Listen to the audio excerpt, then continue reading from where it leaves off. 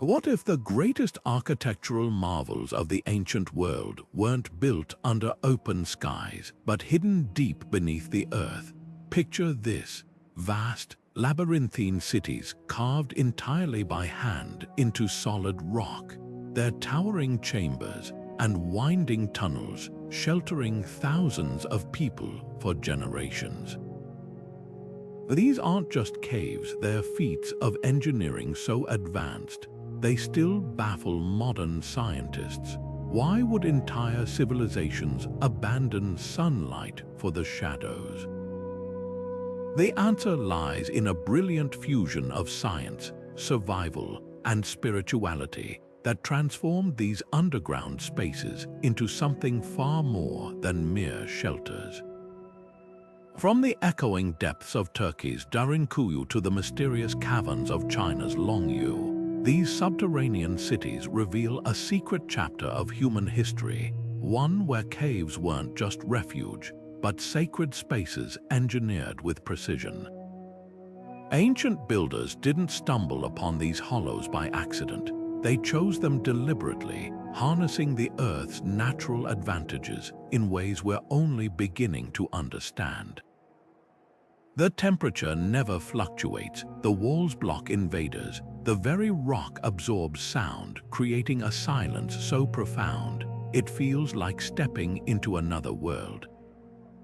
But there's something even more surprising. These caves weren't just practical, they were spiritual. Many cultures believed the Earth itself was alive, and tunneling into it was a way to commune with forces beyond human understanding.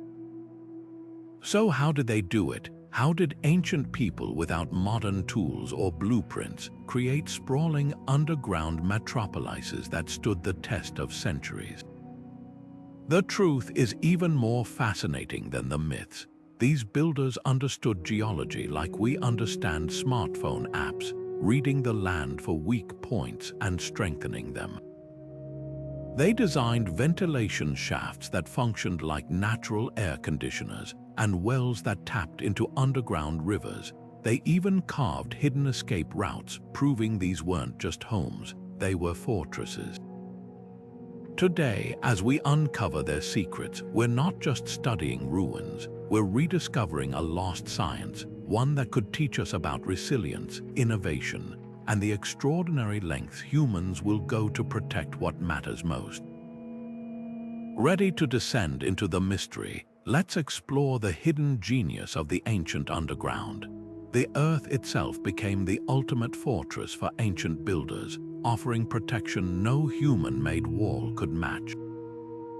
Imagine entire communities vanishing beneath the ground at the first sign of danger, hidden behind layers of solid stone that arrows couldn't pierce, fires couldn't scorch, and battering rams couldn't shake.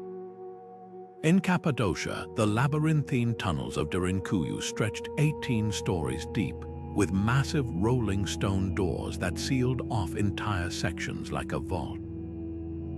These weren't just hiding places, they were designed with military precision. Narrow passageways forced invaders to crawl single file, making them easy targets for defenders waiting in the shadows. Even if enemies breached one door, they'd face another and another, lost in a maze that only residents could navigate. But security wasn't the only advantage. Nature's architecture solved problems ancient builders hadn't even realized they faced. While surface dwellings baked in summer sun or froze in winter storms, underground chambers maintained a perfect year-round temperature, cool enough to preserve food for months, warm enough to survive ice ages. In China's Longyu caves, archaeologists found grain storage rooms so naturally insulated, seeds remained edible for centuries, and the rock walls did more than block invaders. They muffled sound, creating spaces so quiet, whispers carried farther than shouts. This wasn't just survival, it was a masterclass in adaptation, using geology itself as a tool. The brilliance of these designs reveals something deeper. Ancient people didn't just exploit caves, they collaborated with them. In Cappadocia, builders carved homes directly into volcanic tuff, a rock soft enough to shape by hand yet strong enough to support multi-level cities. They followed natural fault lines, using them as guides for ventilation shafts that funneled fresh air hundreds of feet below ground. Even the placement of wells was strategic, tapping into underground rivers while avoiding areas prone to collapse. Every decision reflected an intimate understanding of the land, turning potential weaknesses into strengths. Today, engineers marvel at how these structures endured millennia without modern reinforcement, proof that sometimes the best technology isn't invented but discovered. The choice of rock wasn't just about convenience, it was a matter of survival. Ancient builders knew that not all stone was created equal. They sought out geological formations like volcanic tuff, limestone, and basalt, materials that offered a rare combination of workability and strength. Picture a sculptor shaping clay, but on an unimaginable scale. Entire cities chiseled into cliffsides where the rock was soft enough to carve with simple tools, yet resilient enough to withstand centuries of wind, rain, and even earthquakes. In places like Cappadocia, the volcanic tuff was perfect, easy to hollow out when first exposed to air, then hardening over time into a material as durable as concrete. But durability was just the beginning. These rock types acted like natural climate control systems. Limestone, found in Petra's rose-red cliffs, absorbed moisture during cooler nights and released it slowly in the heat of day, regulating humidity so food wouldn't spoil and walls wouldn't crack. Basalt, used in underground cities across the Middle East, resisted erosion so effectively that staircases and door frames carved thousands of years ago still stand sharp-edged today. And then there's the hidden advantage of sound. These dense materials didn't just block noise, they shaped it. In Derinkuyu, whispers bounce off curved ceilings in strange ways, allowing voices to travel startling distances while masking their exact origin. This wasn't just architecture, it was acoustic engineering centuries before the science existed. Perhaps most impressive was how ancient builders turned geological weaknesses into strengths. Fault lines, those cracks in the earth most cultures feared, became blueprints for ventilation. At Petra, narrow fissures in the rock were widened into air shafts that funneled breezes deep into the mountain, while in China's Longyu caves, natural fractures guided the placement of support pillars to prevent collapses. Even earthquakes were factored in. Rounded arches and domed ceilings seen in Cappadocia's underground churches distributed weight so effectively that many structures survived tremors that leveled surface buildings. Modern engineers now study these techniques, marveling at how ancient societies achieved feats we'd struggle to replicate without steel or computers. The true genius lies in what they didn't do. Unlike today's builders who often force landscapes into submission, blasting through hills or draining wetlands, these ancient engineers listened to the earth. They didn't fight the rock's natural grain, they followed it. Tunnels curve where the stone was weakest, rooms expand where the geology allowed, and entire cities seem to grow organically from the ground itself.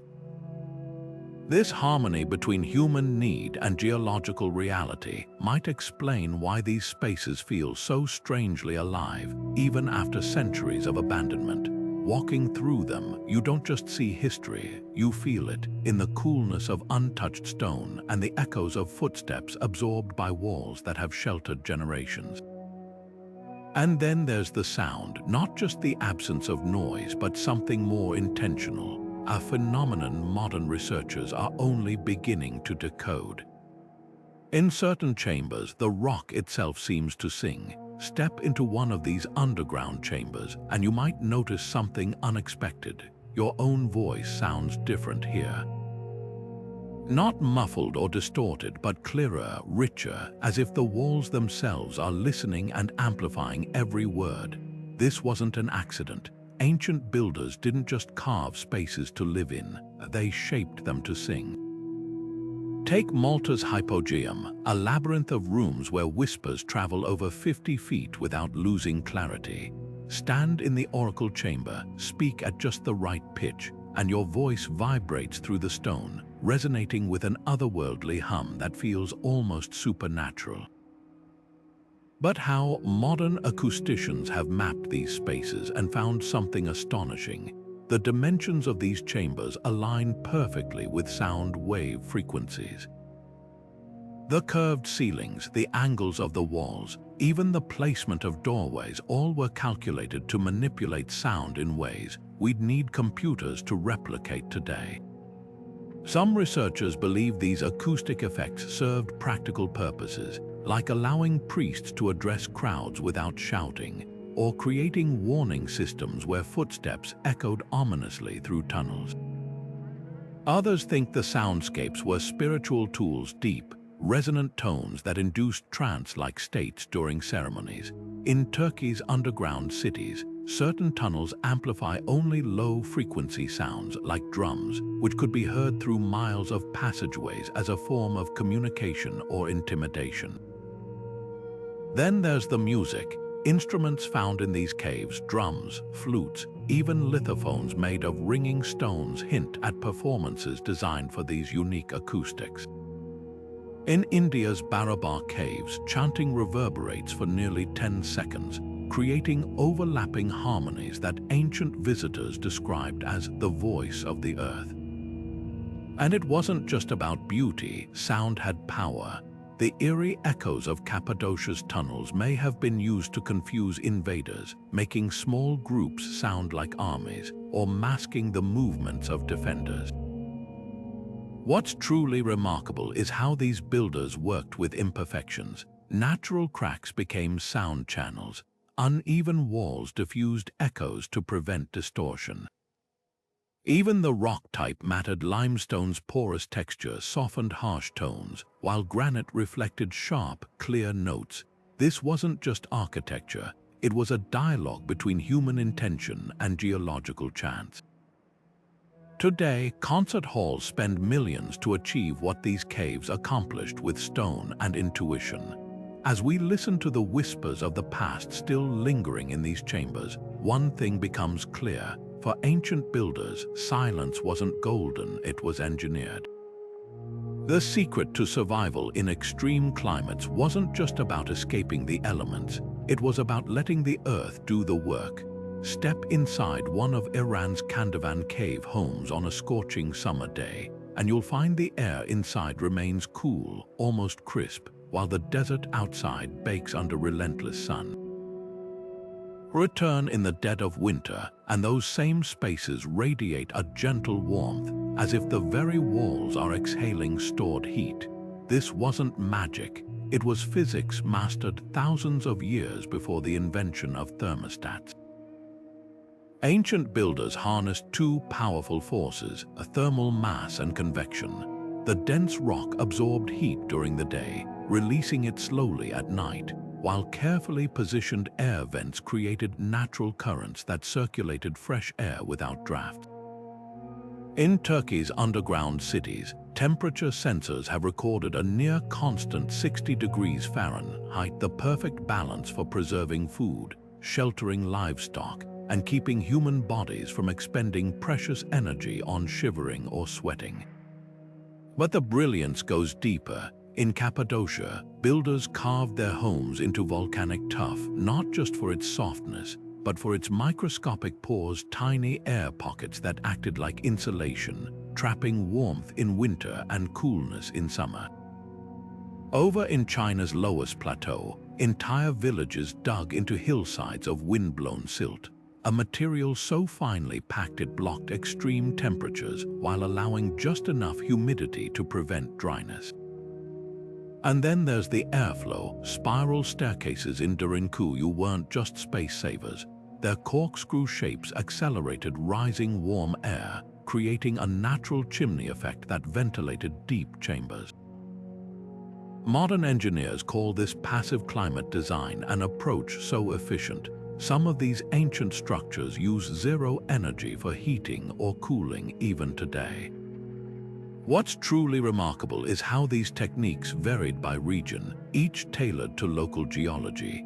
In Morocco's Matmata, underground courtyards captured sunlight at angles that maximized winter warmth while deflecting summer heat. Meanwhile, the cliff dwellings of Mesa Verde faced south to soak up low winter sun, while the overhanging rock shaded interiors during high summer. This wasn't guesswork, it was precision engineering informed by generations of observing the land.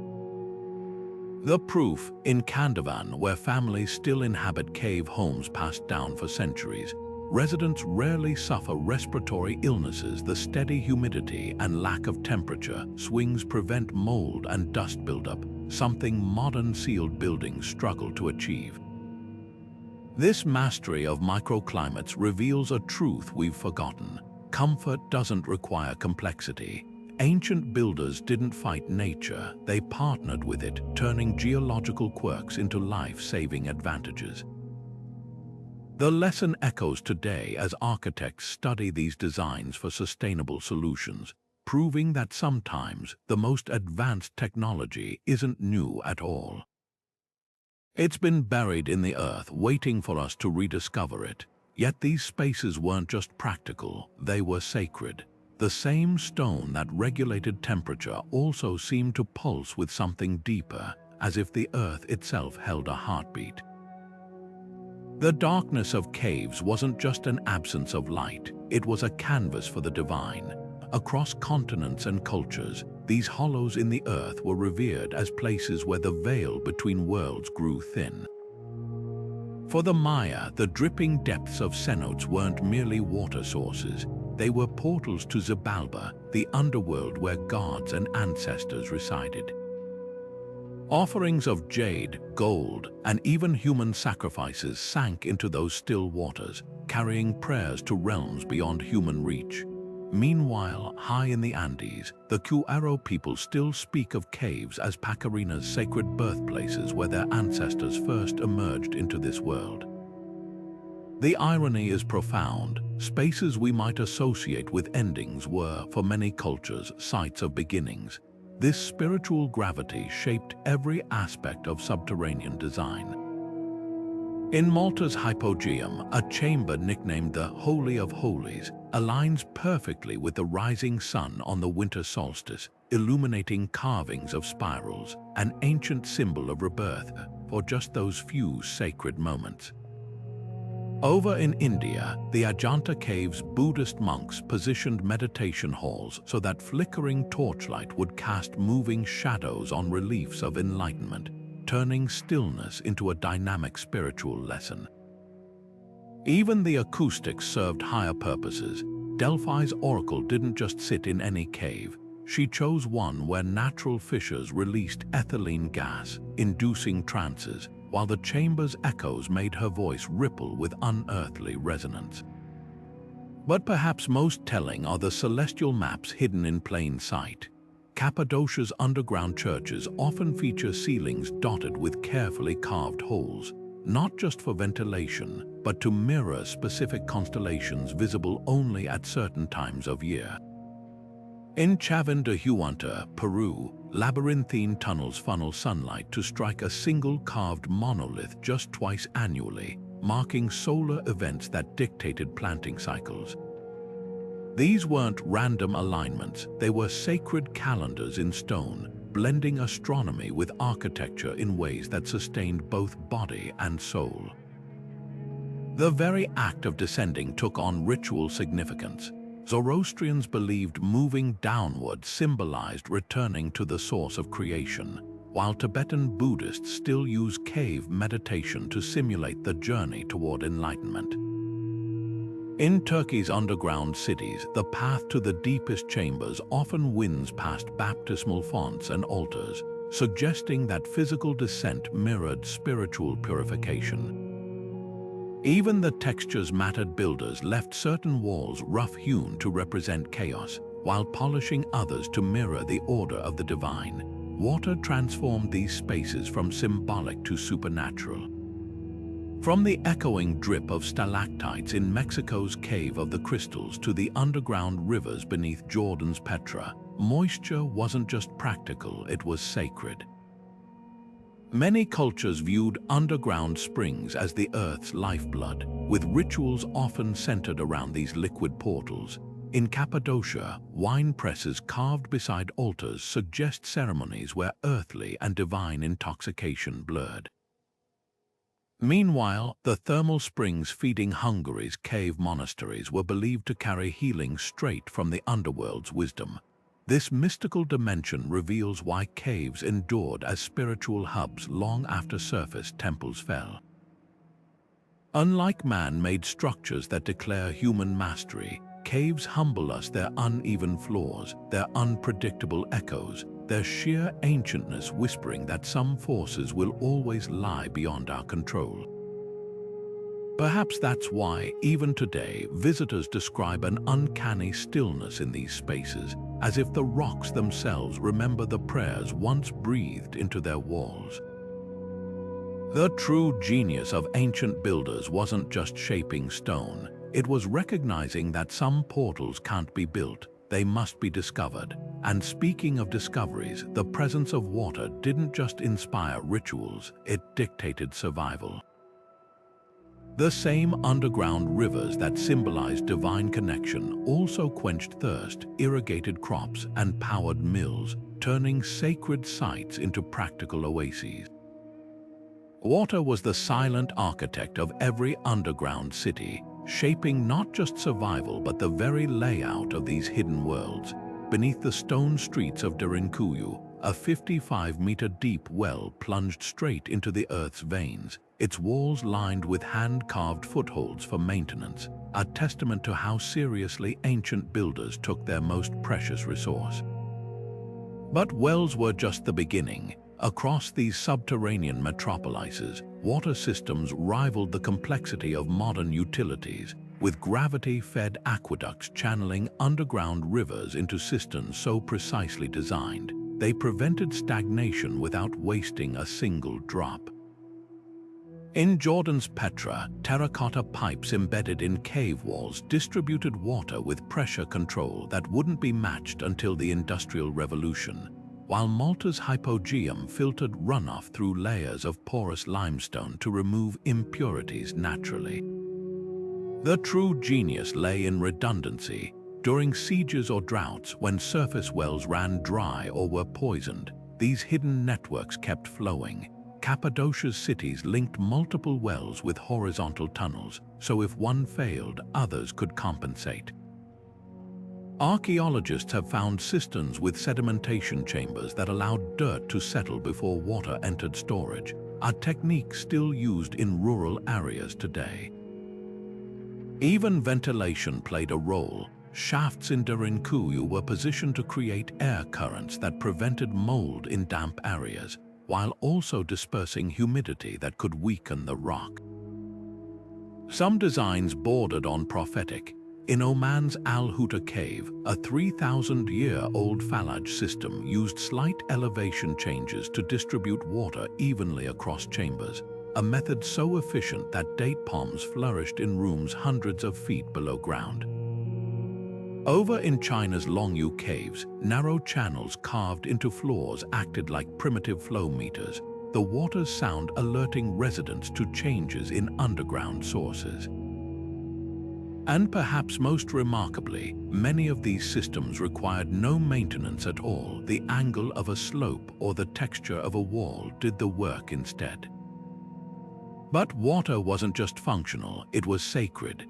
The same springs that fed Petra's hidden reservoirs also filled ritual baths where Nabateans performed purification rites.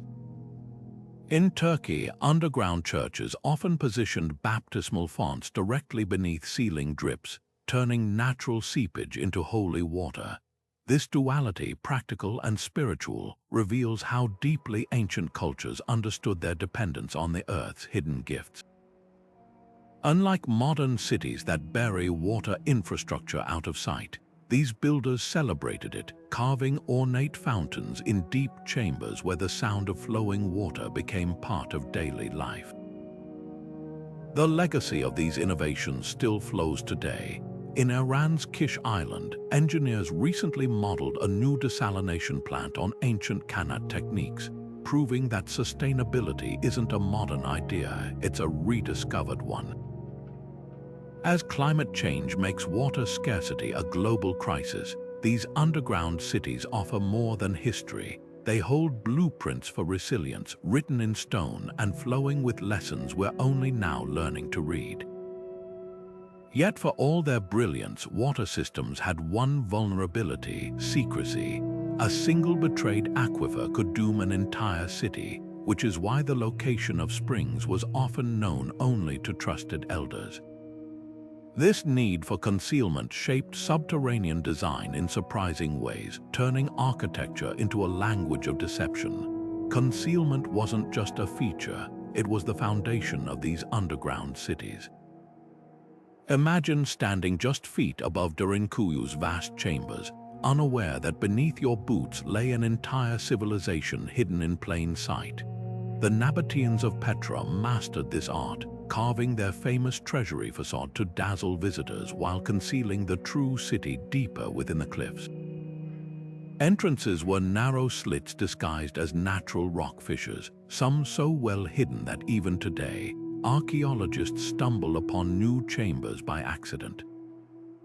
In China's Longyu caves, farmers drilling for water in 1992 broke through to a cavern so meticulously concealed. Its walls still bore the tool marks of ancient engineers who'd erased all traces of their work from the surface. But invisibility was only half the strategy. The real brilliance lay in deception. Some passageways in Cappadocia's underground cities curved just enough to obscure what lay ahead, while others branched into identical-looking tunnels, one leading to vital storerooms, the other to a sheer drop. In Petra, staircases abruptly ended at blank walls, forcing invaders to backtrack while defenders watched from hidden peepholes. Even the air played tricks. Strategically placed vents made torch flames flicker as if ghosts roamed the halls, a psychological weapon against superstitious attackers. The psychology of these spaces reveals a profound understanding of human behavior.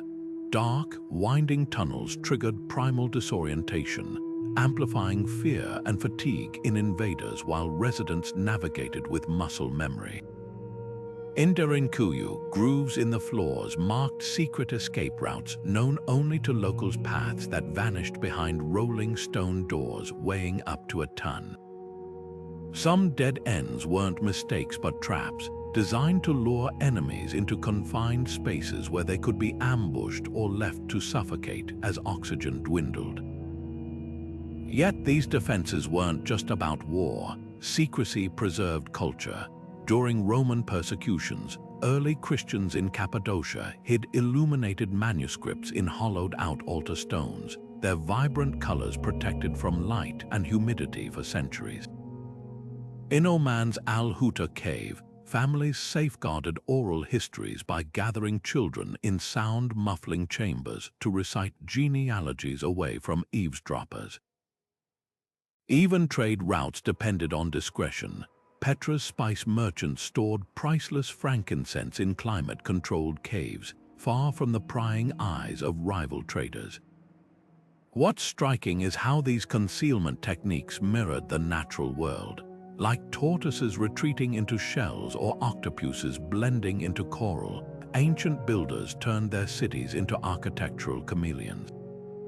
The cliff dwellings of Mesa Verde used shadows to disguise doorways as rock fractures, while Turkey's underground churches hid crosses in ceiling patterns visible only from certain angles.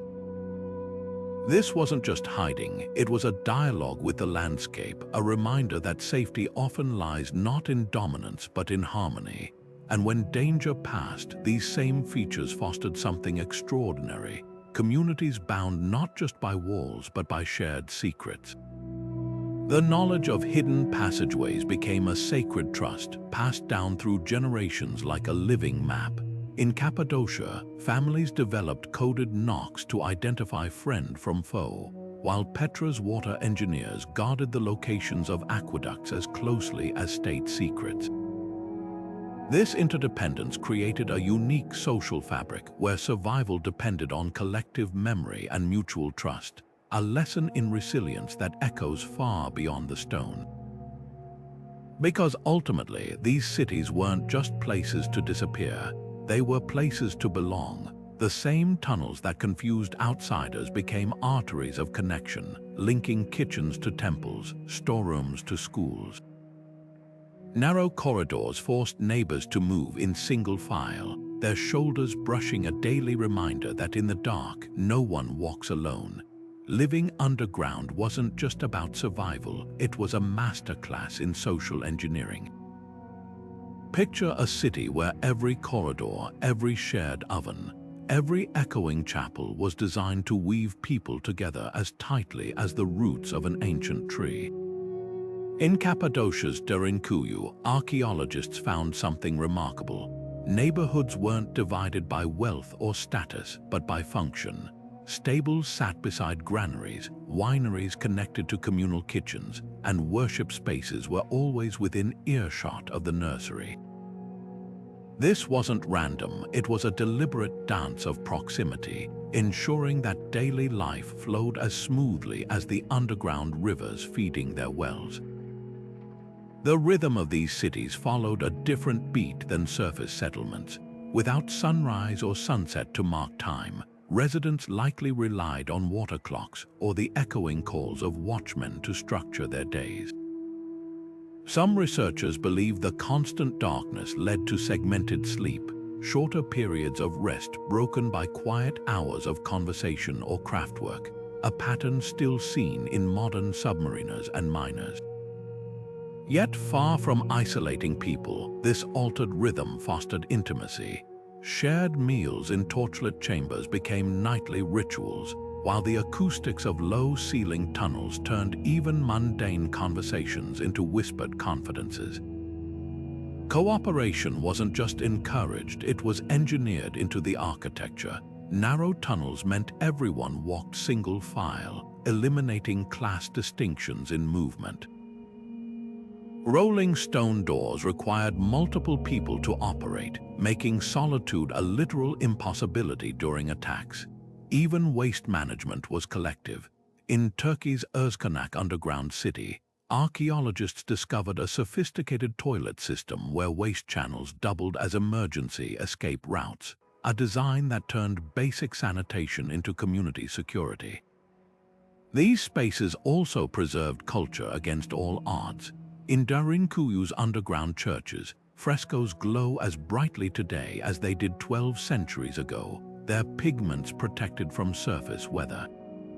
Song and storytelling took on new importance, with acoustic chambers amplifying voices so elders could pass down histories without strain.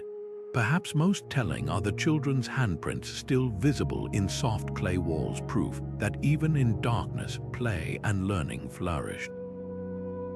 What modern planners find most astonishing is how these cities avoided the pitfalls of density.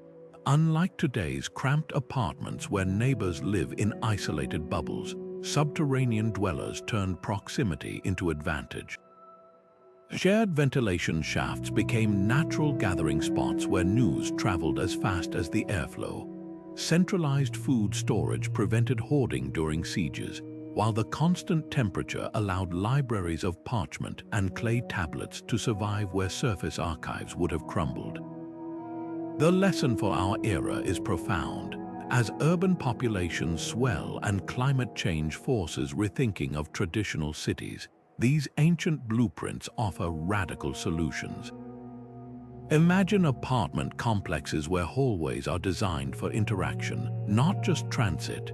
Picture public spaces that use acoustics to foster connection rather than noise pollution.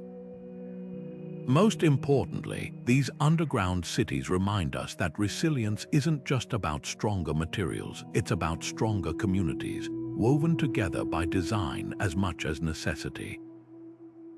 Yet none of this would have been possible without the tools that turned rock into home. From simple chisels to engineering marvels, the instruments of underground construction were as innovative as the societies they built. The tools of ancient cave builders were deceptively simple, yet their results were anything but. A closer look at the chisels and hammers found in sites like Cappadocia reveals edges precisely angled to slice through rock with minimal effort, their wooden handles worn smooth by generations of skilled hands. But the real magic lay in how these basic instruments were wielded. Builders didn't just hack at stone, they listened to it, tapping surfaces to detect hidden fractures and hollows before carving. In India's Ellora caves, archaeologists uncovered grooves marking where strings were stretched to plot perfect geometric patterns, proving these artists worked with mathematical precision rivaling modern blueprints. What's truly remarkable is how these tools evolved alongside the rock itself. Volcanic tuff required wide, flat chisels to prevent crumbling, while limestone demanded finer points for intricate detailing. Some caves even show tool marks changing mid-wall, evidence of builders switching implements as they encountered different layers. And then there were the mistakes left intentionally. Pillars of untouched stone standing like silent sentinels to support ceilings, their rough surfaces proving these weren't oversights but calculated reinforcements. In Turkey's Özkanak, slender columns were spaced at exact intervals determined by the rock's natural stress points, a technique today's engineers call load distribution. The real breakthrough wasn't the tools, it was the technique. Builders worked from the ceiling downward, preventing debris from damaging finished walls. They used levers and counterweights to move massive stone doors, their pivot systems so balanced a child could operate them. In Petra, craftsmen employed a method called directional fracturing, inserting wooden wedges into cracks and soaking them to expand the wood, splitting rock along natural lines with barely any force. This wasn't brute strength, it was physics mastered centuries before Newton. Perhaps most impressive was the generational knowledge behind every strike. Apprentices spent years learning to read stone, identifying weak veins and crystallization patterns invisible to untrained eyes. In China's Longyu caves, tool marks spiral in consistent patterns, suggesting teams worked in synchronized shifts, each artisan's strokes blending seamlessly into the next. This wasn't just construction, it was a symphony in stone conducted across lifetimes. Yet for all their sophistication, these civilizations eventually vanished, leaving their underground masterpieces silent. The reasons are as layered as the rock they carved. Some cities were abandoned when surface climate stabilized, their protective darkness no longer needed. Others fell victim to shifting trade routes or new technologies that made living above ground safer. But the most poignant clue comes from Cappadocia, where later Christian frescoes were painted over older symbols, a silent testament to how even the most enduring shelters can't outlast the tides of time and belief. What remains is a paradox: structures so permanent, built by cultures so transient. The very caves designed to withstand millennia became time capsules of societies that chose to walk back into the light. Their greatest legacy isn't in the stone, but in the realization that survival isn't just about enduring. Sometimes it's about knowing when to emerge. The stillness of these abandoned cities tells a story deeper than any artifact. Walk through Durinkuyu's empty corridors today, and you'll find grinding stones still dusted with ancient flour, loom weights abandoned mid-weave, even children's toys tucked into niches as if their owners meant to return. These weren't planned relocations, they were flights, sudden enough to leave meals petrified on hearths. Yet the clues left behind reveal no single catastrophe, but a tapestry of crises that forced entire civilizations back into the light. Climate shifts may have been the quietest culprit. In Cappadocia, sediment cores show a dramatic drying trend around the 9th century, a change that would have emptied cisterns, and withered the gardens that supplemented underground life. But nature wasn't always so gradual. In China's Longyu caves, archaeologists found evidence of catastrophic flooding, with silt layers preserving the frantic scrape marks of tools dropped as waters rose. Some chambers were sealed not to keep invaders out, but to trap floodwaters in, buying time for escape. Then there were the plagues. The Justinianic outbreak of the 6th century ravaged populations huddled in close quarters, leaving mass graves in auxiliary tunnels across Anatolia.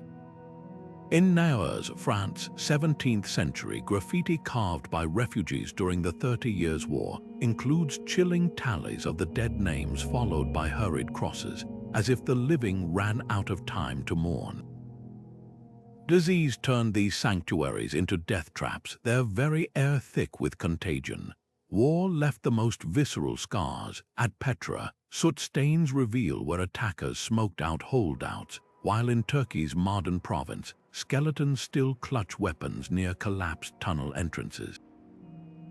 But the greatest mystery lies in sites like Özkonak, where exits were barricaded from within. Were these last stands or sacrifices? Some seals bear religious symbols, hinting at rituals to close, sacred ground rather than let it be defiled. What's haunting is how often these cities were forgotten. Generations later, farmers would stumble upon ventilation shafts, mistaking them for natural sinkholes. In Cappadocia, medieval Christians rediscovered Derinkuyu's upper levels, repurposing them as churches with no memory of the original builders. The earth didn't just shelter these communities, it swallowed their memory whole. Yet the most poignant abandonment may have been voluntary. As surface climates stabilized and new technologies made above-ground life safer, darkness lost its appeal. In India's Ellora caves, archaeologists found tools neatly stacked near exits, not dropped in panic, but retired. The same hands that carved these spaces likely walked away from them, trading subterranean safety for sunlight and sky. Modern explorers face their own challenges when uncovering these sites. In China's Longyu caves, pumps run constantly to combat rising groundwater, a battle ancient engineers never anticipated. Turkey's Derinkuyu now relies on steel supports to handle tourist footfall, its soft tuff weakened by centuries of humidity. Even light becomes a thief. The glow of camera flashes is fading thousand-year-old pigments in Petra's tombs faster than time itself. Perhaps these cities were never meant to last forever.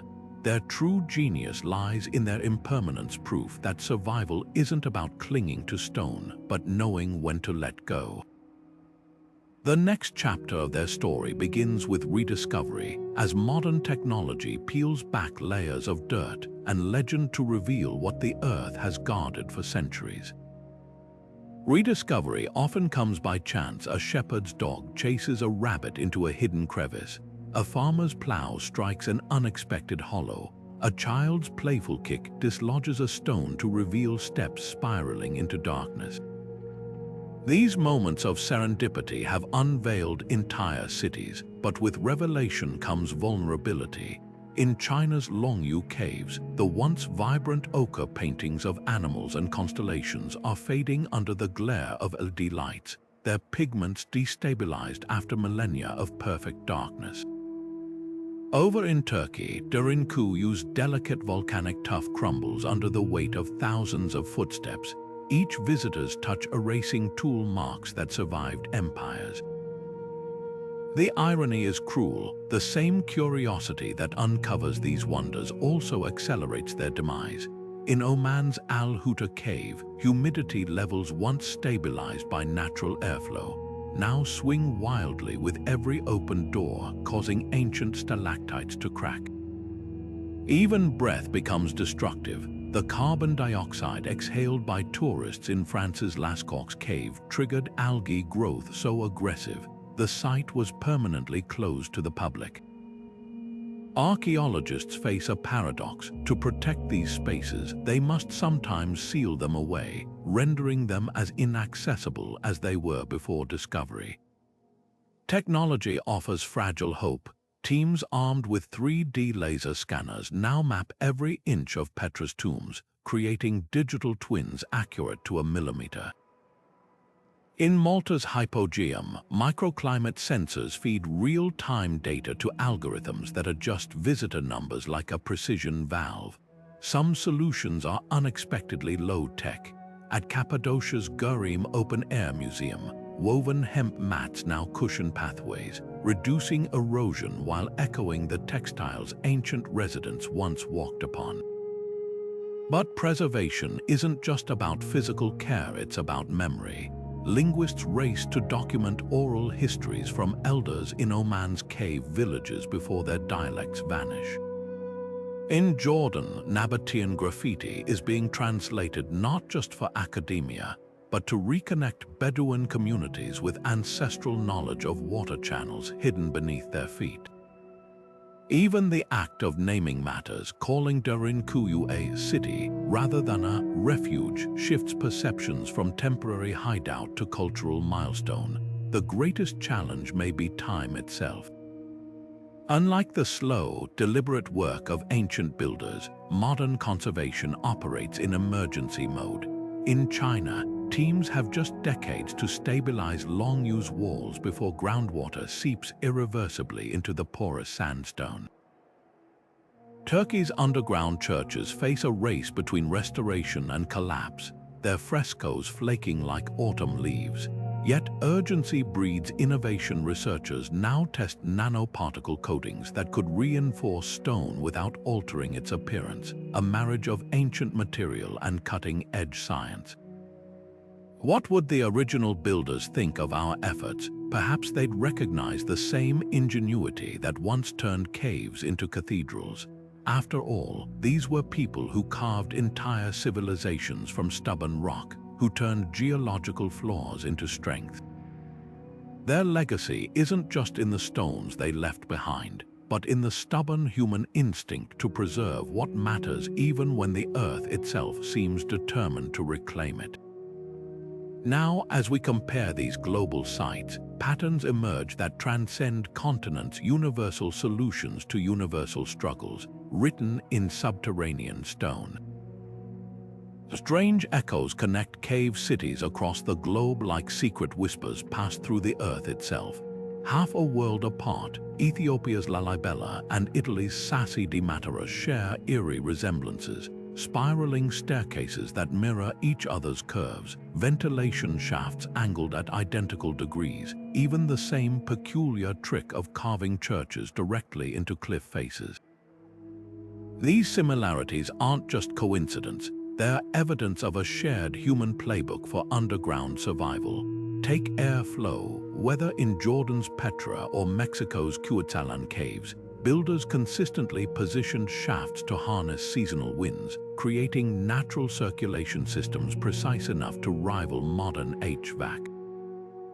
Over in Turkey and China, identical rolling stone doors appear, some weighing over a ton yet balanced so perfectly a child could move them. How did these solutions emerge simultaneously across continents with no apparent contact? The answer might lie in geology itself. Certain rock types dictate specific engineering approaches. Volcanic tuff requires wider pillars. Limestone allows for taller chambers. So isolated cultures arrived at near-identical solutions simply by responding to the land's demands. But some parallels defy easy explanation. Why did both the Pueblones of Mesa Verde and Cappadocia's Christians hide grain stores in identical false floor compartments? Why did builders from India's Ellora to Peru's Chavin de Huanta carve acoustic chambers that amplify only certain frequencies? This isn't just functional design, it's something closer to collective intuition. Perhaps the most striking universal feature is the sacred geometry. Circular ceremonial spaces appear in Malta's Hypogeum, Arizona's Montezuma Castle, and Iran's Kandavan, all aligning solstice sunlight through narrow apertures with mathematical precision.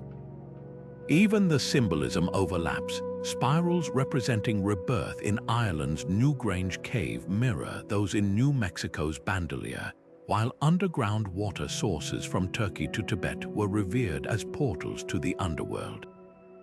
Such recurring motifs suggest that darkness itself shaped human spirituality in ways sunlight never could, yet differences reveal just as much as similarities.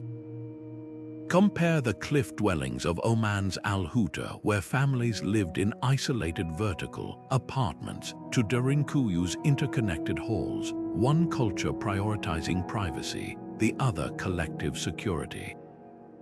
Or contrast the elaborate frescoes of Cappadocia's cave churches with the minimalist niches of Ethiopia's Tigray, where empty spaces were considered holier than decoration. These variations prove that while geology sets the rules, human imagination writes endless versions of the story. The real mystery isn't how these techniques spread, but why they faded. From France's troglodyte villages to Tunisia's Matmata pits, nearly every underground culture eventually returned to the surface. Was it the allure of sunlight or something deeper, a primal need to see horizons?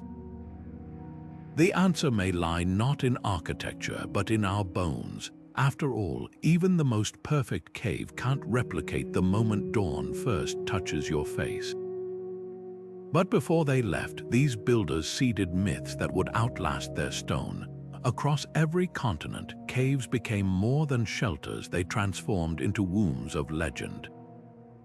From Plato's flickering shadows to the dreamtime ancestors emerging from sacred hollows, caves have always been more than stone. They're mirrors of the human psyche.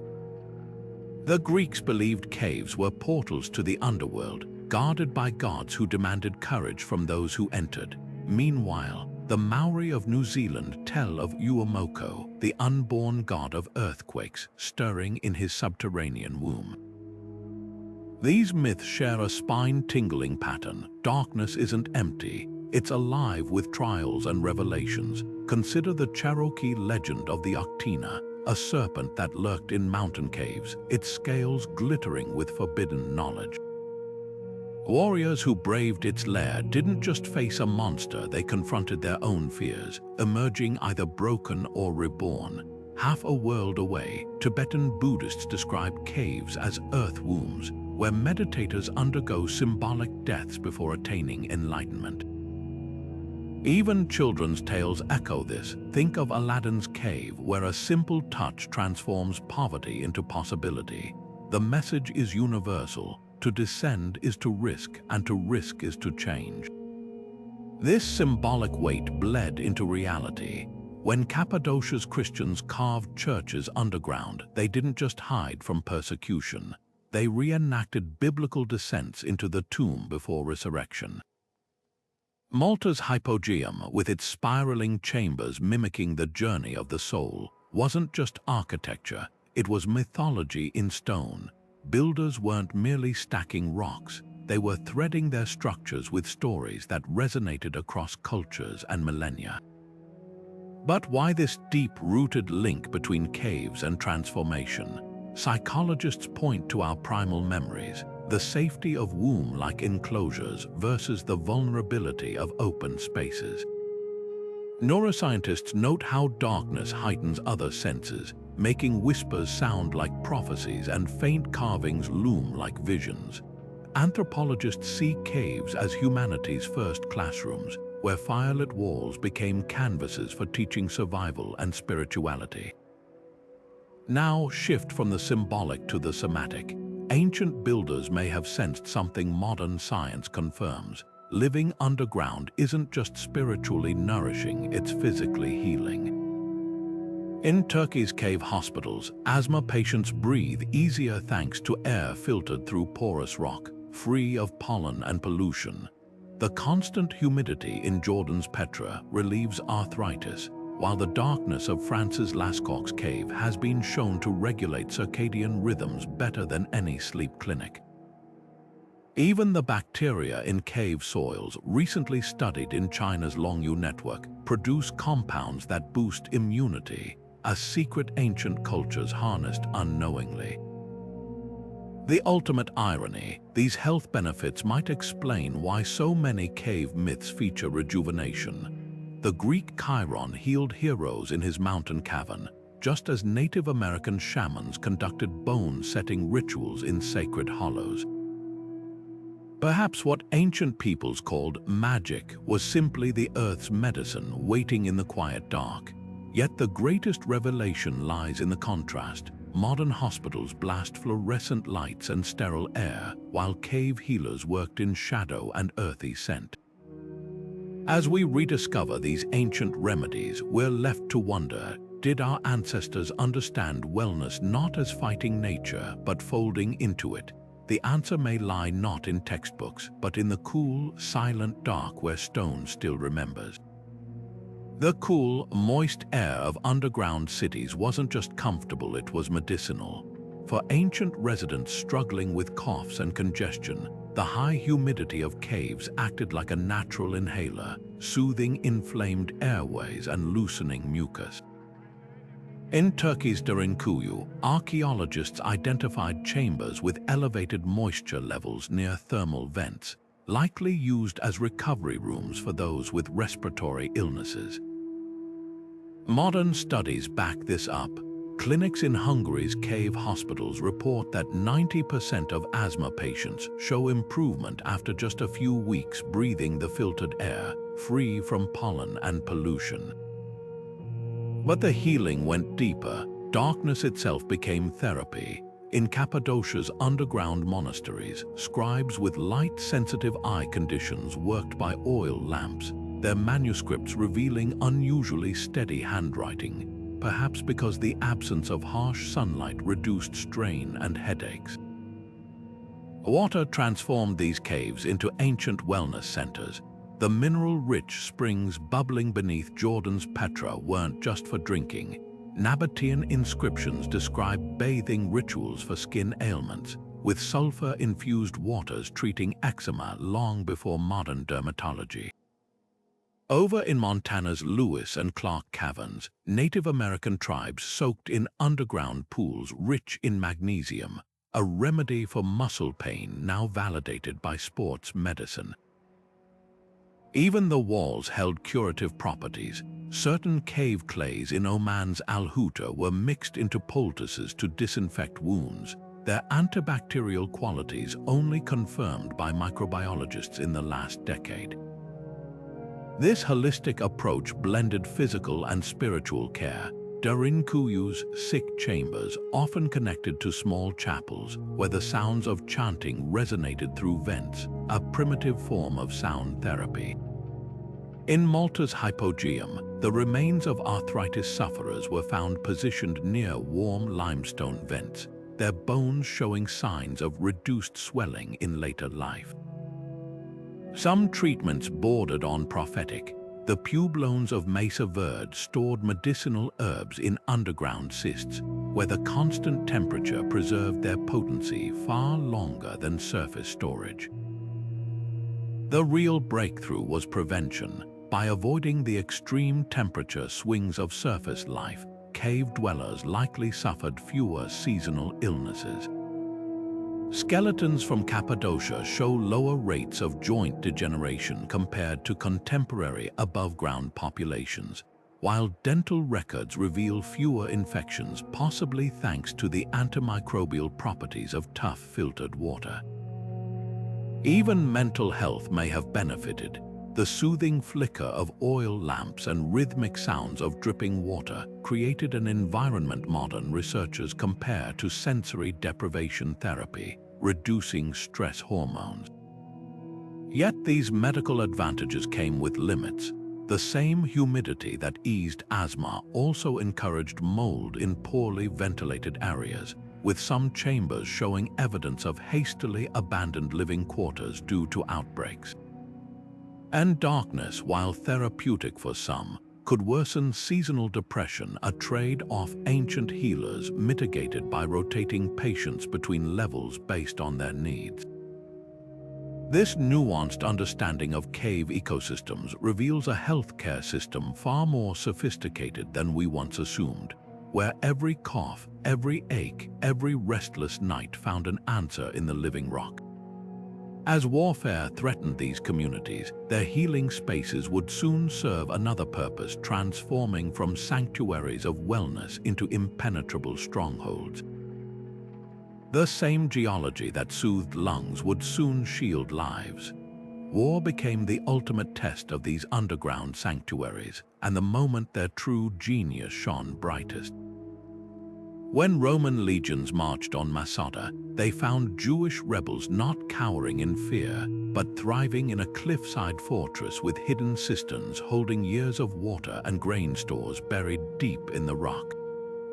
The same story played out centuries later in Vietnam's Cu Kai tunnels, where narrow passageways forced American soldiers to crawl single file while defenders struck unseen from concealed spider holes. These weren't just hiding places, they were labyrinths designed to turn an invader's strength, their numbers, their weapons, their discipline, into fatal weaknesses. The psychology of these spaces was as calculated as their architecture. In Turkey's Derinkuyu, defenders could hear attackers' footsteps echoing through ventilation shafts long before they arrived, turning the caves into giant acoustic early warning systems. Over in Okinawa, Japanese soldiers carved tunnels with sharp right angles, not for structural support, but to negate the blast radius of grenades. Even light became a weapon. Defenders navigated by touch in absolute darkness, while invaders fumbled with torches that gave away their positions. Some designs bordered on tactical poetry. The Maori of New Zealand fortified their limestone caves with multiple false exits, luring British troops into dead-end chambers where they'd waste ammunition firing at shadows. In Afghanistan's Tora Bora complex, Soviet forces found entire underground armories hidden behind walls that looked solid until a hidden pivot stone was triggered. The most ingenious might be China's Longyu caves, where certain chambers amplified only low-frequency sounds perfect for transmitting drum signals across miles without alerting surface patrols. Yet these defenses came at a cost. Living in perpetual darkness strained mental health, with historical accounts describing soldiers hallucinating from sensory deprivation. The same ventilation that hid smoke from cooking fires could also trap poison gas, as Kurdish guerrillas discovered when Saddam Hussein's forces pumped toxic agents into their mountain hideouts. And while caves could withstand bombs, they couldn't stop betrayal. Many fell not through assault, but when locals revealed hidden entrances under torture. What's striking is how these ancient strategies echo in modern warfare. Ukraine's Azovstal steel plant held out for months using tunnel tactics borrowed from Cappadocia, while North Korea's vast underground networks prove the concept remains deadly effective. The lesson transcends time. When conflict comes, humans still burrow like foxes, trusting the Earth's bones over man-made walls. But survival wasn't just about outlasting enemies, it required tracking time itself. Deep underground, where no sun or stars could pierce the darkness, ancient builders turned to another science, astronomy. Hidden in the curves of their ceilings and the angles of their shafts lay celestial maps guiding everything from harvest to religious rites. The same chambers that sheltered warriors from arrows also cradled an intimate knowledge of the cosmos. In Malta's hypogeum, a small orifice in the ceiling allows the rising sun of the winter solstice to strike a carved spiral for exactly 17 minutes, a Bronze Age calendar marking the year's rebirth.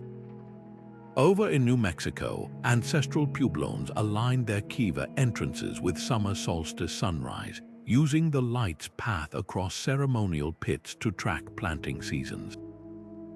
These weren't just astronomical observations, they were survival algorithms carved in stone. Some alignments defy coincidence.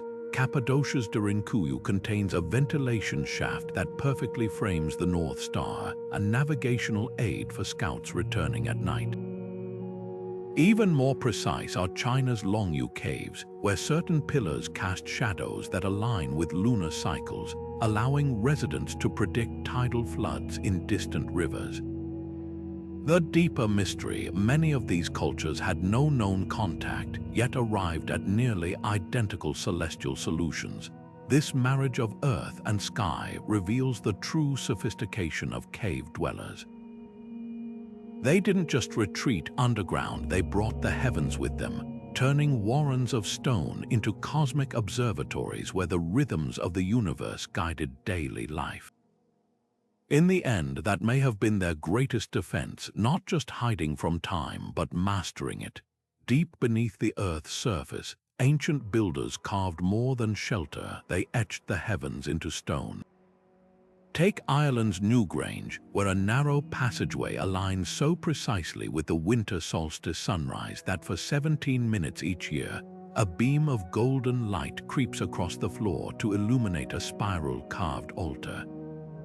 This isn't just architecture, it's a celestial timepiece, a marriage of shadow and starfire so exact it still functions 5,000 years later. But Newgrange is no outlier.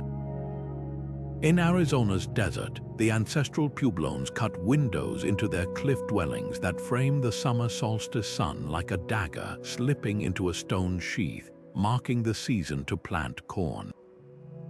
Over in Turkey's Cappadocia, ventilation shafts double as star tunnels, one perfectly framing Sirius, whose rising signaled the Nile's floods to distant Egyptian allies. These alignments weren't accidents. At Bryn Celli in Wales, archaeologists found a chamber where the midsummer sun strikes a carved stone pillar, casting a shadow that points to hidden underground springs, a hydrological GPS coded in sunlight. Even more striking are the caves of Choco Canyon, where starlight entering through fissures paints constellations across walls on specific nights, mirroring petroglyphs of the same star patterns. The message is clear: ancient cultures didn't just track the cosmos, they wove it into the fabric of daily survival. A farmer in Derinkuyu, you could descend into the depths and still know when to sow seeds by watching moonlight creep across a marked groove in the wall. The true genius lies in how these celestial markers serve dual purposes. That solstice-aligned shaft at Newgrange, it also acted as a chimney, drawing smoke upward while letting stale air escape. Astronomy engineered into climate control. In Peru's Chavin de Huanta, a labyrinth of tunnels channels not just wind, but sunlight at equinoxes to strike a monolith called the Lanzon, transforming the carved god's face from shadowed to radiant as if by magic. Even the acoustic properties of these spaces played a role. Certain star-aligned chambers in Malta's hypogeum amplify specific frequencies during astronomical events, suggesting rituals where sound and light intertwined. What's startling is the global consistency of these designs. From Scotland's Micho to Mexico's Teotihuacan, builders independently arrived at near-identical solar alignments, proving that the sky's rhythms were as vital as the Earth. Some carvings even hint at lost knowledge, like the Pleiades cluster etched into a French cave wall, its stars positioned as they appeared during a volcanic eruption 17,000 years ago. Was this an ancient disaster warning system written in starlight? Yet these celestial caves held darker secrets too. In Portugal's Almenda's Cromlech, a tunnel aligned with the winter solstice sunset leads to a chamber where skeletons were found arranged in fetal positions, suggesting rebirth rituals timed to the sun's death and resurrection. Over in Orkney, the stones of Stenness frame not just the moon, but the distant outline of a mountain where archaeologists later uncovered mass sacrifices. This duality, life and death, light and shadow, reveals how deeply ancient cultures understood the cosmos as a cycle, not just a clock. the walls themselves became astronomers' tools. In India's Ellora caves, certain pillars cast shadows that form a working sundial, while in Turkey's underground cities, reflective pools of water turned chambers into crude planetariums, projecting star patterns onto ceilings. Some builders even accounted for celestial drift. The shaft at Newgrange is slightly wider than needed, accommodating millennia of gradual shifts in Earth's tilt. This long-term thinking shatters our assumptions about primitive societies. As torchlight flickers across these star maps today, we're left to wonder, did ancient eyes see constellations not as distant dots, but as living forces pulsing through the stone? The answer may lie in the art they left behind, images that blur the line between sky and earth, between observation and worship, but that's a revelation for another chamber. The torchlight flickered across the walls of Lascaux, revealing not just paintings, but pulsating visions, bison that seemed to breathe in the dancing flames, horses whose hooves trembled as if frozen mid-gallop. These weren't mere decorations, they were portals. Ancient artists mixed ochre with animal fat, creating pigments that clung to limestone like living skin, while manganese dioxide lent shadows an eerie depth that shifted with every flicker of fire.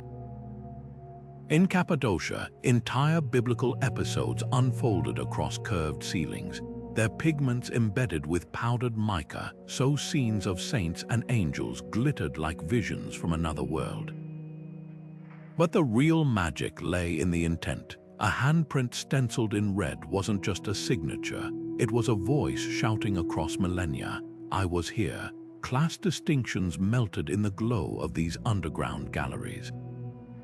In Chauvet Cave, the finest artworks hide in the deepest chambers, accessible only to those who crawled through narrow passages, suggesting creation was a sacred act, not a privilege of status.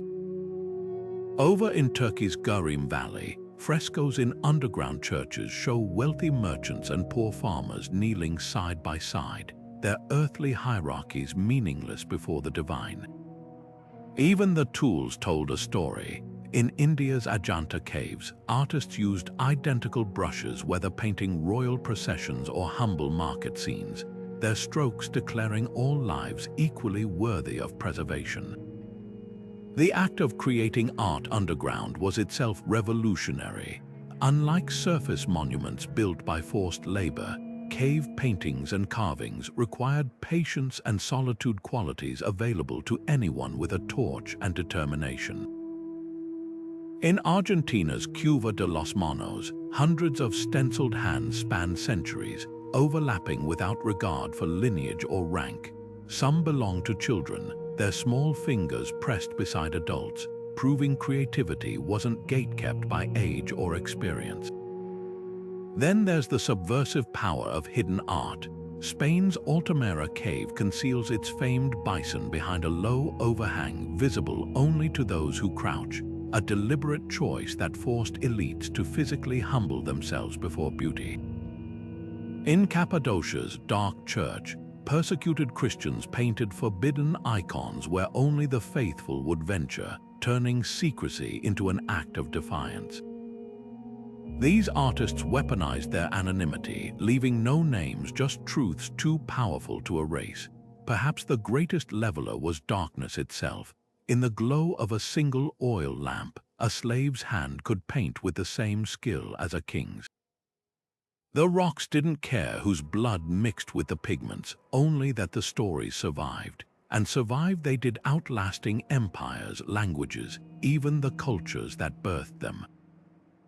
Today, as we trace our fingers over these ancient lines, we're not just observers. We become part of the chain, linking hands across time with those who refused to be forgotten. Yet for all their egalitarian potential, caves also reflected society's fractures. The same chambers that welcomed collective artistry could become stages for power struggles, spaces where hierarchies didn't disappear but transformed. Beneath the Earth's surface, something remarkable happened. Social hierarchies seemed to crumble like the soft volcanic tuff under chisels. Walk through Durinkuyu's caverns or the cliff dwellings of Mesa Verde, and you'll notice an absence of palaces or grandiose chambers. Instead, rooms cluster together in near-identical sizes, their doorways equally narrow, their ceilings uniformly low. Storage areas sit centrally, their contents accessible to all, while communal ovens and shared water sources suggest a rhythm of life where necessity trumped status. This wasn't just practical, it was radical. Without fertile surface land to hoard or sunlight-drenched hilltops to claim, the traditional levers of power lost their grip underground. Archaeologists have found scant evidence of wealth disparity in these spaces, no gold-lined tombs or segregated quarters. Even burial sites, often a mirror of societal rank, show minimal variation in grave goods. In Cappadocia's underground churches, frescoes depict merchants and farmers side by side, their differences blurred by flickering torchlight.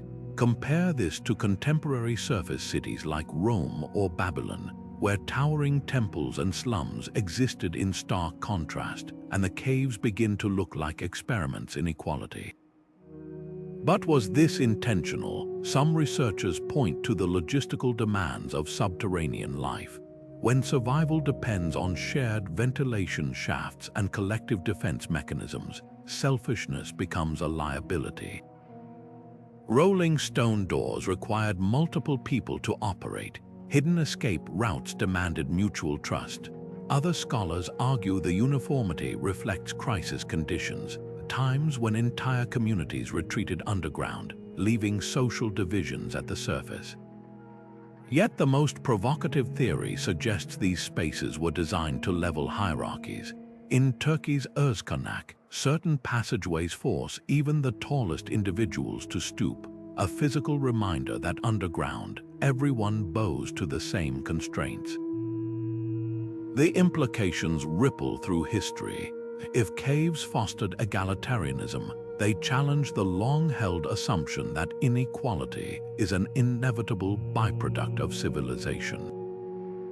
Perhaps scarcity, not abundance, brewed fairness, a lesson echoing in today's discussions about resource distribution. Modern cooperatives from Spanish Mondragon to Danish housing projects unconsciously mirror these ancient blueprints, proving that collaboration can outlast conquest. Yet the darkest chambers held another surprise, proof that survival wasn't just about unity but innovation. Where sunlight couldn't reach, crops still grew. The secret lay in turning the Earth's belly into a garden. Farming underground sounds impossible until you see the ingenious ways ancient growers turned darkness into abundance. Deep beneath Italy's cliffside city of Orvieto, a labyrinth of tunnels cradled something extraordinary: thriving grapevines.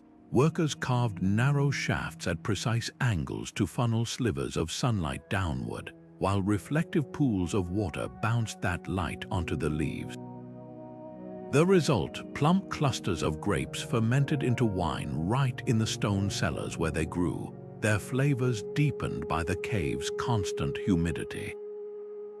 But grapes were just the beginning. Half a world away, in the deserts of the Middle East, farmers cultivated mushrooms in pitch-black chambers, using bioluminescent fungi as natural grow lights.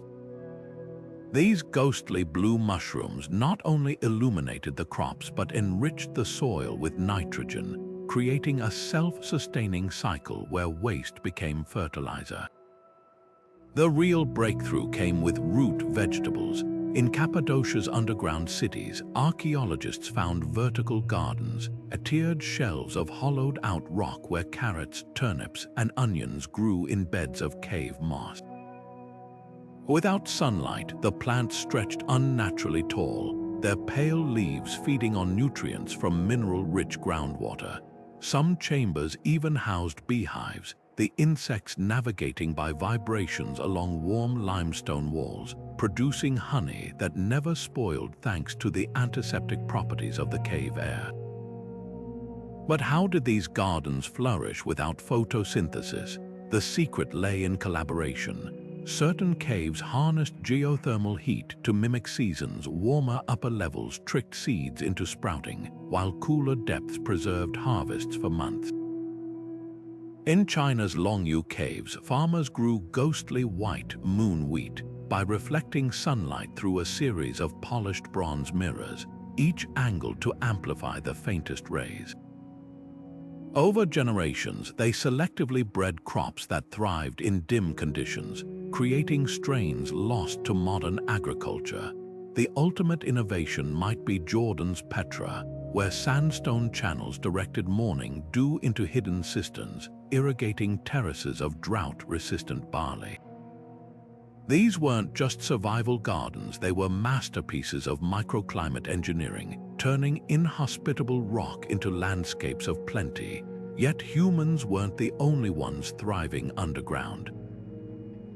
Animals played unexpected roles in these subterranean ecosystems, from pest control to transportation. The same caves that grew food also buzzed with life, creatures that didn't just endure the dark but evolved to exploit it.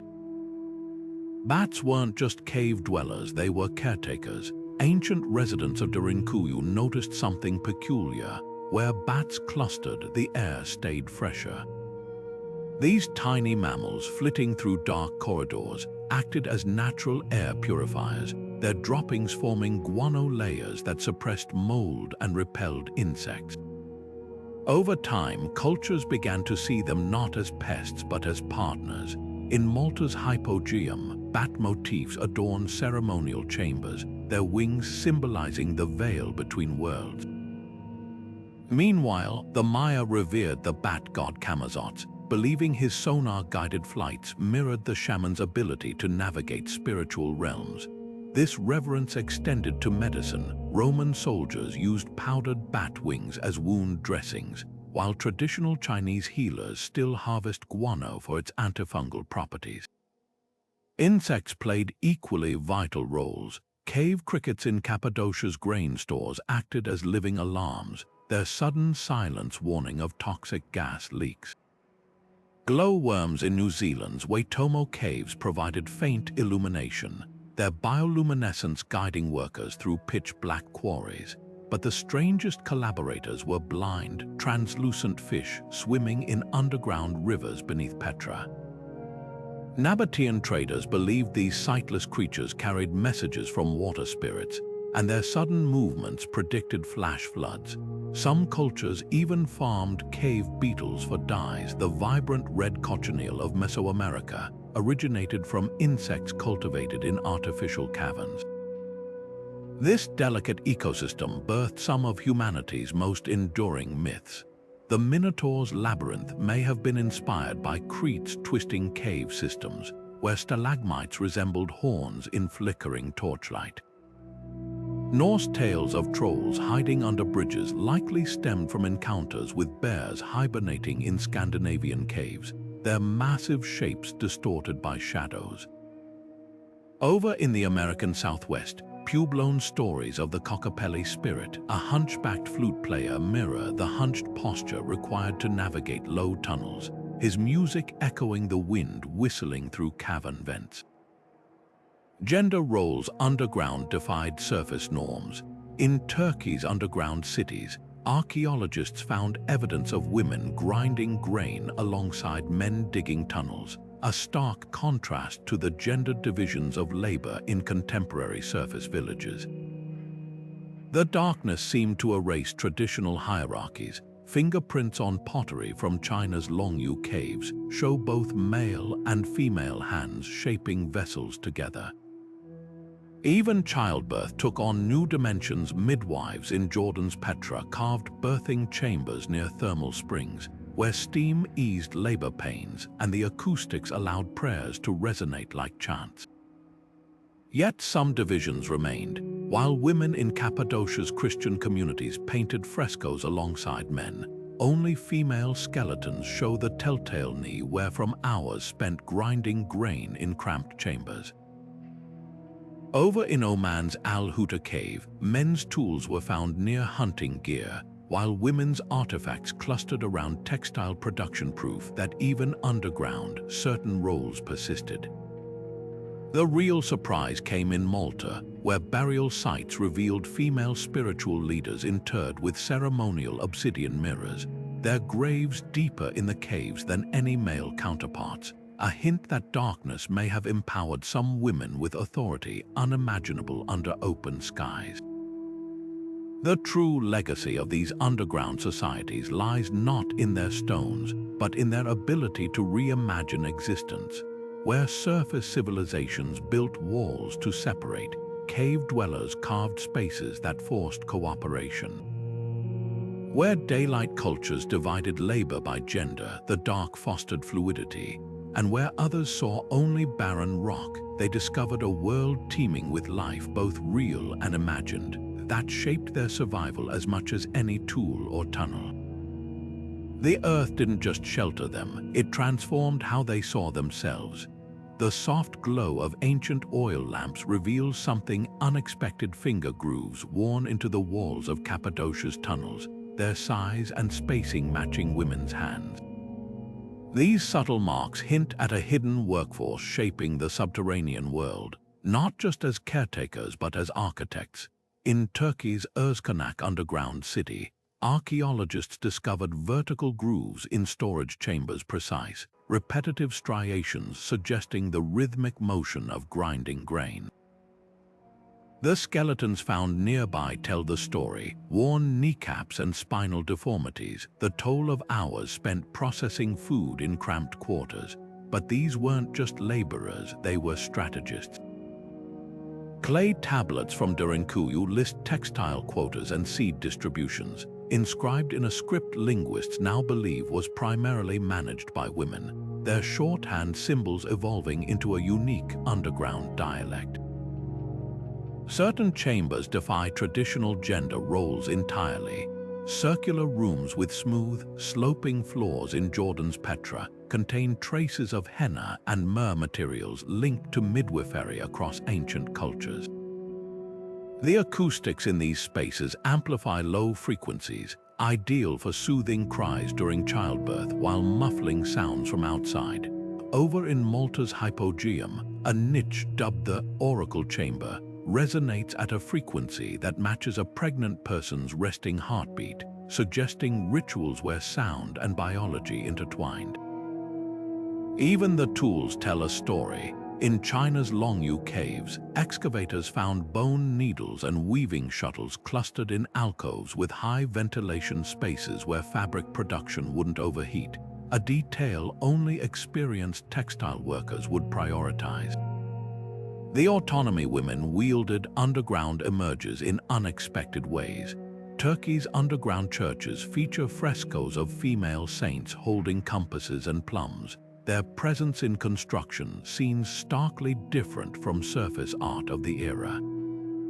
Legal tablets from Cappadocia reveal women inheriting cave dwellings independently, a right rarely documented in contemporary surface societies.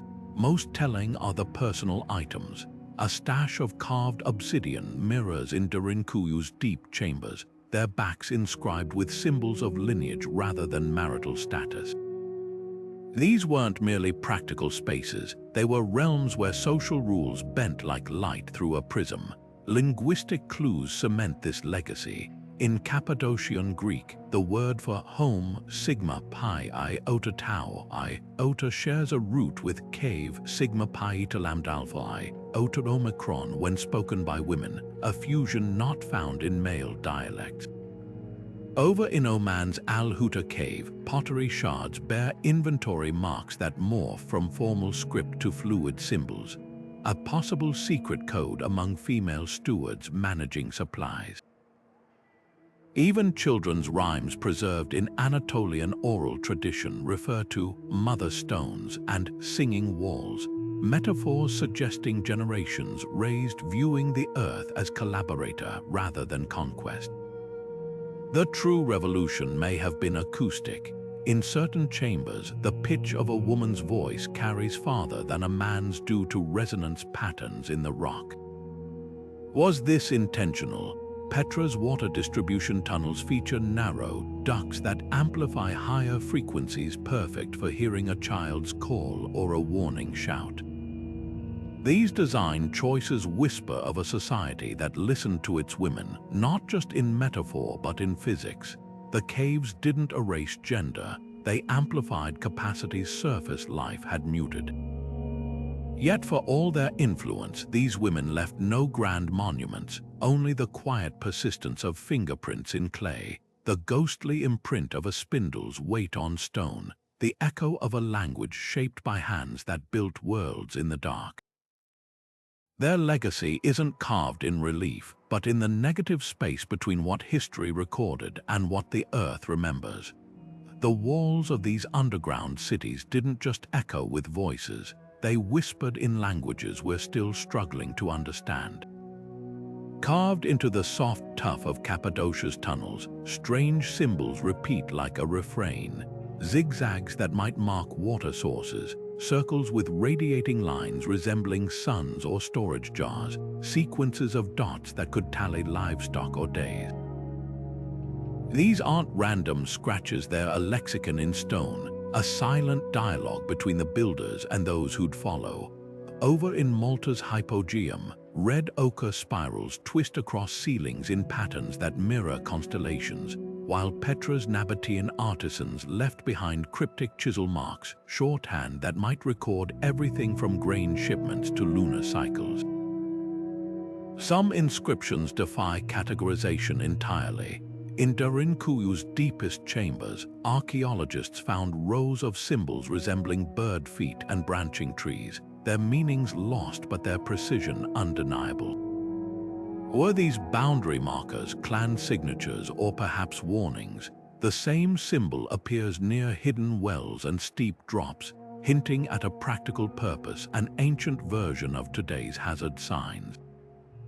Other markings seem deeply personal. In China's Longyu caves, fingerprints pressed into clay walls form deliberate patterns, perhaps serving as both signature and seal.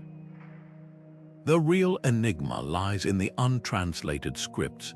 Turkey's underground cities contain graffiti in a peculiar hybrid of Greek and Phrygian letters, a pidgin language born from cultural collision. Over in Jordan, Petra's water channels bear carvings in Thamudic, a script so obscure even modern supercomputers struggle to parse its grammar. These aren't just words, they're cultural fingerprints, evidence of how isolation underground bred linguistic innovation. When your world shrinks to torchlit tunnels, language condenses two verbs simplify, nouns compound, and new dialects emerge like mushrooms in the dark. Deciphering these codes could rewrite history. In Oman's Al-Huta cave, a series of vertical slashes aligned with solstice light might be more than tally marks. They could represent an early lunar calendar, predating Mesopotamia's by centuries. Over in India's Barabar caves, Brahmi inscriptions curve to follow the rock's natural fissures, suggesting the sacred text was adapted to the Earth's contours rather than forcing rigid formality. This fluidity between language and landscape reveals a worldview where writing wasn't just communication, it was collaboration with the stone itself, yet some messages were meant to stay hidden. Beneath Orvieto's cliffside city, Etruscan letters spiral inward like a labyrinth, their meaning obscured by deliberate misdirection. Scholars now believe these weren't mere decorations, but encrypted directions, perhaps to secret grain stores or escape routes, readable only to those trained in the cipher. Similarly, Cappadocia's Christians scratched fish symbols near hidden chapels, their curves doubling as arrows pointing to safe passages. What's startling is how these inscriptions transcend function. A child's handprint in Turkey's Özkanak cave overlaps with animal tracks preserved in the same clay, a fleeting moment of coexistence frozen for millennia. In France's Lascaux, painted dots beside aurochs might be hunting tallies or star maps, or perhaps something more profound, early attempts to bridge the earthly and the divine through symbols. The walls did more than store language, they curated memory. In Jordan's Petra, Nabatean merchants etched price lists directly into the stone beside their shop fronts, turning transactions into permanent records. Over in Cappadocia, entire lineages were recorded in cramped burial chambers, names flowing down walls like family trees rooted in rock. Even accounting took on permanence. Durinkuyu's inventories of wheat and wine weren't written on perishable parchment but gouged into load-bearing pillars, ensuring survival mattered more than convenience. Perhaps most moving are the accidental archives. In Turkey's underground cities, the grooves left by countless hands polishing door frames tell their own story. A collective memory of movement, of comings and goings, of lives measured in touches along familiar stone. The true language of these caves isn't in the symbols we can't read, but in the wear patterns we've only begun to interpret. The smoothed edge of a step where generations pause to rest, the soot-darkened ceiling above a communal hearth, the shallow depression in a floor where someone knelt day after day, grinding grain into flour and history into legacy. Because these walls held more than words, they stored scents, sounds, even the very air of vanished centuries. The next chapter of their story waits in the darkness, where humidity and stillness have preserved what sunlight would have destroyed. Caves didn't just shelter people, they safeguarded fortunes. Stashed in the shadowy recesses of Mediterranean grottos, clusters of amphorae stand like silent sentinels of ancient commerce. These clay jars, once brimming with olive oil from Greece or wine from Sicily, bear the fingerprints of merchants who hid them during storms or pirate raids. But the real revelation lies in the residue traces of saffron from Iran, peppercorns from India painting a vivid map of trade routes that spanned continents. Over in China's Fujian province, the story twists. Deep limestone caverns hid stacks of porcelain, their blue and white glazes still vibrant after centuries in the dark. These weren't just storage spaces, they were covert showrooms for smugglers evading imperial taxes, their treasures waiting for moonlit transfers to Dutch merchant ships. The artifacts whisper tales of crisis and cunning. In a Cretan cave, archaeologists found amphorae sealed with resin, an ancient, best before date, while others nearby were deliberately shattered, perhaps to destroy evidence during a raid. Some jars even bear scratched tallies, likely inventory marks from meticulous traders who treated caves like subterranean warehouses. The most telling finds come from Spain's Cova des Caratex, where Bronze Age merchants buried hoards of bronze tools alongside human hair wrapped in calfskin, a ritual deposit, as if praying for the earth to guard both goods and profit. These hidden economies relied on geology's discretion. Soft limestone caves near ports allowed quick access, while inland caverns with labyrinthine tunnels served as perfect hideouts for contraband. In Turkey's Mount Ida, natural sinkholes became drop points for silver ingots, their locations known only to a network of miners and middlemen. The real genius lay in adaptability. When Roman law banned private gold storage, Cappadocia's Christians simply carved new chambers beneath their churches, turning faith into a smokescreen for wealth. Yet caves weren't just vaults, they were ledgers. A single amphora's clay composition can reveal not just its origin, but the trade winds that carried it. Archaeologists tracing tin isotopes in Sardinian caves reconstructed entire shipping routes disrupted by Phoenician blockades. Over in Malaysia's Naya caves, bundles of Iron Age glass beads, currency for the spice trade, were found tucked behind stalagmites, their colors matching Giovanni's temple mosaics half a world away. The physics behind these hideaways was as deliberate as the trade itself. Builders chose caves with stable humidity to prevent amphorae from cracking, or positioned storerooms near underground streams to mask the scent of spices from search dogs. In Jordan's Petra, Nabatean merchants carved ventilation shafts at precise angles to disperse the smoke from torches, ensuring no telltale plumes betrayed their stashes. Every contour of the rock was exploited. Natural alcoves became secret compartments, while narrow entrances forced inspectors to crawl single file, buying time to hide goods. What emerges is a shadow global economy, its pulse beating in the dark long before stock exchanges existed. From the silk-wrapped jade in Myanmar's Pindaya caves to the Viking silver buried in Iceland's lava tubes, these caches prove that commerce never truly slept, it just went underground. And as merchants vanished, their hidden troves became accidental time capsules, preserving not just objects, but the frantic ingenuity of those who knew the earth keeps better secrets than any vault. Yet moving these goods required more than hiding places. It demanded an understanding of how to shape the stone itself, to bend geology to human will. The same hands that packed amphorae also mastered the art of carving stability from chaos. The soaring ceilings of ancient underground cities defy everything we know about structural engineering. How could these vast chambers stretch hundreds of feet without a single support column? The answer lies in a forgotten science of stone, where builders turned the earth's natural weaknesses into strengths. Take Cappadocia's Derinkuyu, where ceilings curve upward like the inside of a seashell, their parabolic arches distributing weight so efficiently that after 1,500 years, not a single collapse has been recorded. Modern engineers have discovered something astonishing. These aren't just random hollows. The angles of each arch correspond precisely to the rock's natural stress points, following fractures invisible to the untrained eye.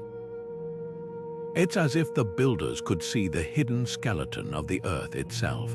What's even more remarkable is how they achieved this without blueprints or mathematical formulas. In Turkey's Özkonak underground city, tool marks reveal a trial and error approach. Some ceilings start thick, then taper where excess stone was carefully shaved away, showing generations of refinement. Over in China's Longyu caves, pillars were left unpolished near load-bearing walls, their rough surfaces proving these weren't decorative afterthoughts but calculated reinforcements. This wasn't guesswork, it was empirical engineering at its finest, with each collapse or crack teaching the next generation how to improve. The real breakthrough was mimicking nature. The undulating ceilings of Petra's tombs mirror the wave-like layers of sandstone, while the domed chambers of Malta's hypogeum replicate the honeycomb structure of limestone eroded by water. Ancient builders didn't fight the rock's grain, they followed it, using geology as their guide. Today, architects are borrowing these techniques for disaster-proof designs. Tokyo's earthquake-resistant skyscrapers now incorporate cave logic with flexible, uneven load distribution, and Switzerland's Gotthard base tunnel used Cappadocian ventilation principles to prevent collapses during construction. But could we return to caves now? The idea isn't as far-fetched as it seems. In Australia's Coober Pedy, half the population already lives underground to escape scorching heat, with modern homes carved into opal mines. These contemporary cave dwellers enjoy natural insulation that slashes energy bills by 80%, while humidity levels stay perfect for art galleries and wine cellars. Over in Switzerland, the Lurchberg railway station was built inside a mountain, proving that subterranean spaces can handle even cutting-edge infrastructure. Yet the greatest lesson isn't in returning to caves, it's in learning from their wisdom. As climate change reshapes our world, these ancient designs offer solutions we're only beginning to grasp. From passive cooling to seismic resilience, the answers to tomorrow's challenges might just lie beneath our feet, waiting in the quiet dark where stone remembers what we've forgotten. The ancient builders who carved cities beneath the earth might have been onto something we're only now beginning to grasp. As rising temperatures and overcrowded cities push modern architects to their limits, they're turning back the clock, way back, to the very principles that kept underground civilizations thriving for centuries. Take Luxembourg's Cloche d'Or district, where sleek office complexes burrow beneath parks, their glass atriums funneling sunlight deep into workspaces that stay a perfect 68 degrees year-round without a single watt of air conditioning. Or consider Australia's Coober Pedy, where over half the population lives in homes carved into abandoned opal mines, trading scorching desert heat for naturally cool interiors where energy bills are slashed by 80%. These aren't novelty experiments, they're proof that the past holds blueprints for our survival. The magic lies in passive climate design, a concept ancient builders mastered long before the term existed. In Turkey's Derinkuyu, ventilation shafts harnessed convection currents to circulate air through 18 stories of tunnels. Today, that same principle powers Singapore's underground data centers, where servers stay cool without energy-guzzling chillers by tapping into the Earth's constant thermal mass. Even materials are getting a prehistoric makeover. Researchers are now testing volcanic tuff, the same soft stone Cappadocians carved, as a sustainable alternative to concrete, its natural insulation properties cutting heating and cooling demands in half. But the real innovation isn't just copying the past, it's improving it. Modern engineers have cracked what ancient builders couldn't: daylight simulation. In Beijing's underground Eco-City, fiber optic sun tubes channel natural light 40 stories down, while LED panels mimic the shifting hues of daylight to regulate circadian rhythms. Over in Norway's Svalbard Global Seed Vault, permafrost acts like a prehistoric freezer, preserving crops at temperatures even Cappadocia's food storage chambers couldn't achieve. And where ancient cultures relied on sound echoes for communication, today's subterranean Tokyo uses resonant materials to dampen subway noise in underground neighborhoods. The irony is delicious. Our most futuristic solutions are rooted in Stone Age wisdom. Architects studying China's Longyu caves discovered their pillar placement aligns with modern seismic load calculations, proof that ancient intuition often matched our supercomputer models. Meanwhile, Dubai's proposed The Link development borrows Petra's cliff-carved water channels to create a self-irrigating vertical forest beneath the desert. Even spirituality is making a comeback. Meditation centers in New Mexico now replicate the acoustics of Malta's hypogeum, using sound frequencies to induce states of calm that pharmaceuticals can't match. Yet challenges remain. Ancient caves benefited from natural rock porosity we can't replicate with steel. Modern underground spaces battle humidity control, a problem Nabatean engineers solved with sandstone's natural wicking properties. And while Derinkuyu's residents accepted darkness as a trade-off for safety, today's urbanites demand sunlight. Psychologists warn that prolonged subterranean living risks vitamin D deficiency unless carefully managed. The lesson isn't to abandon the surface, but to balance it. In Seoul, a disused subway tunnel now houses an underground farm where LED-lit lettuce grows 50 times faster than in fields, watered by condensation from the tunnel's own walls. Helsinki's underground master plan weaves parks, shopping, and housing beneath the city without sacrificing skyline views. These hybrid approaches honor ancient wisdom while pushing it forward, proof that the future isn't just about going underground, but learning how to belong there. Perhaps the ultimate tribute to these prehistoric innovators came when NASA studied Cappadocia's ventilation systems as a model for Mars habitats. It turns out, the same principles that kept cave cities alive for millennia might one day sustain human colonies on alien worlds. The ancient builders couldn't have imagined red planets or fiber optics, but their understanding of how to live with the Earth rather than against it echoes across centuries to guide us still. From survival to spirituality, these underground cities reveal a truth we've overlooked. The most advanced civilizations weren't always the ones reaching for the sky. Sometimes they thrived by descending into the earth. Imagine entire societies that turned darkness into an advantage, where the absence of light didn't mean ignorance but innovation. The walls of Derinkuyu weren't just barriers, they were climate control systems. The echoing chambers of Malta's hypogeum weren't just rooms, they were acoustic wonders fine-tuned for rituals. Even the simplest rolling stone door was a feat of engineering, balancing security with effortless operation. These weren't crude shelters, they were ecosystems of ingenuity, where every crack in the rock was a blueprint and every shadow held purpose. What's striking is how these ancient builders anticipated challenges we're only now confronting. Rising temperatures, they'd perfected passive cooling, overcrowding. Their vertical cities maximized space without sacrificing community, resource scarcity. Underground springs and stored grain ensured survival through droughts and sieges. In many ways, these caves were humanity's first smart cities. Long before silicon or steel, they ran on something far more sustainable, an intimate dialogue with the earth itself. Yet their greatest legacy isn't in the stone, but in the mindset. Faced with threats, these cultures didn't just endure, they adapted.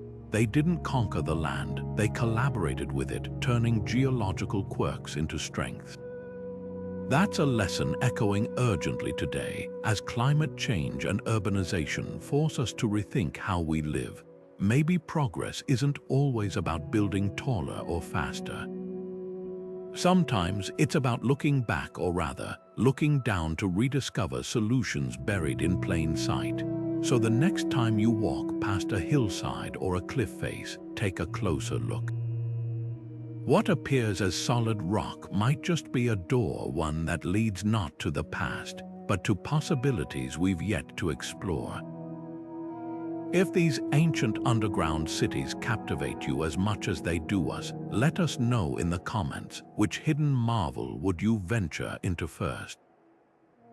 Derinkuyu's labyrinth, Petra's rose-red tombs, or perhaps the echoing chambers of Longyu. Don't forget to like, subscribe, and join us as we keep uncovering the secrets still waiting beneath our feet. The Earth hasn't given up all its mysteries, not even close.